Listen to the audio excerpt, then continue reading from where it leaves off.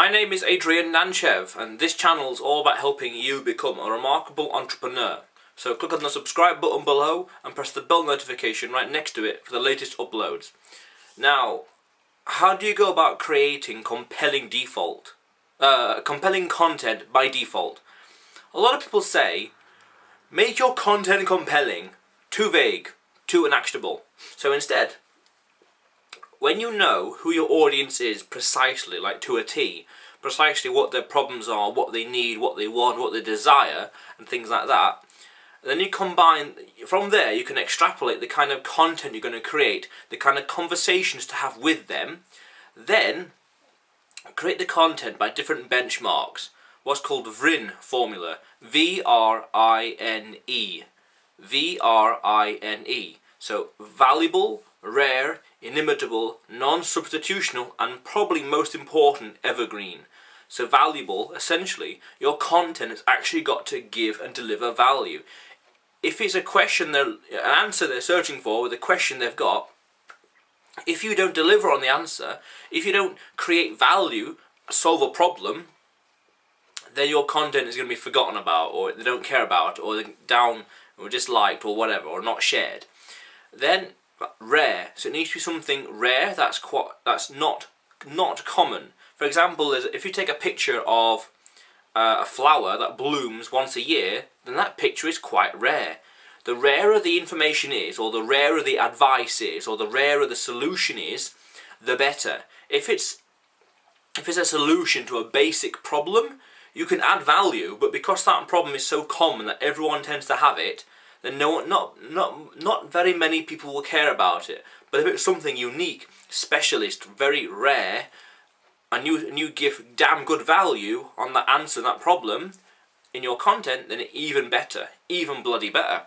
So then inimitable, it can't be imitated.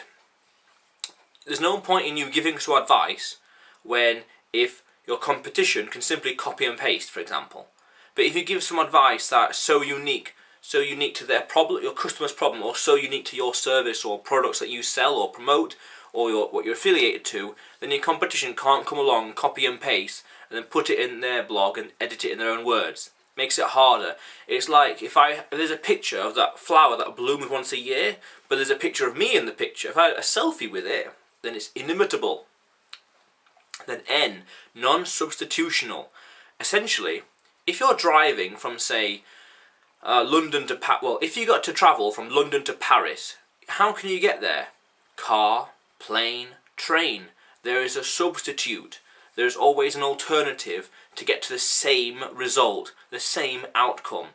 If you're positioning your content in a way so that people, that when they consume it, their only option is to listen to you, or there's no alternative, there's no substitute, then they're going to value your content even more. They're going to appreciate what you've got to say even more.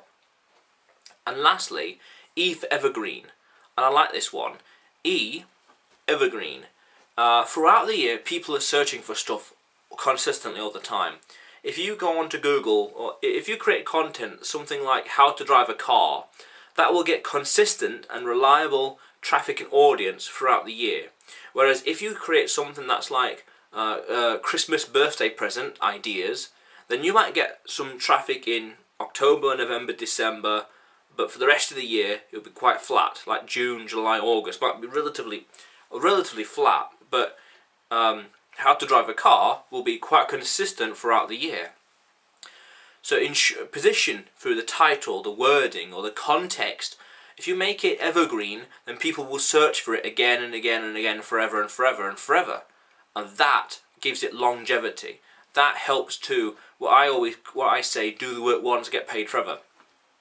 And then it's a massive prerogative on your behalf as the content creator to create loads and loads of content that brings value, is rare, is inimitable, is non-substitutional, and is evergreen. Because if it's all consistent, then you might as well just do more and more content to give you more traffic, more qualified leads and qualified audiences. Why not, essentially? And if you aim for this kind of benchmark, the VRINE model, crossed with understanding your audience inside out and to a T, then you can create compelling content by default, without having to mess around and say, well, make it compelling, or how do I make it compelling? No, just answer the customer's problem and ensure it's a few of the metrics as well. And then you can create compelling content quite easily. So the question of the day to you is, how are you creating compelling content? How are you creating compelling content? Comment below, very curious.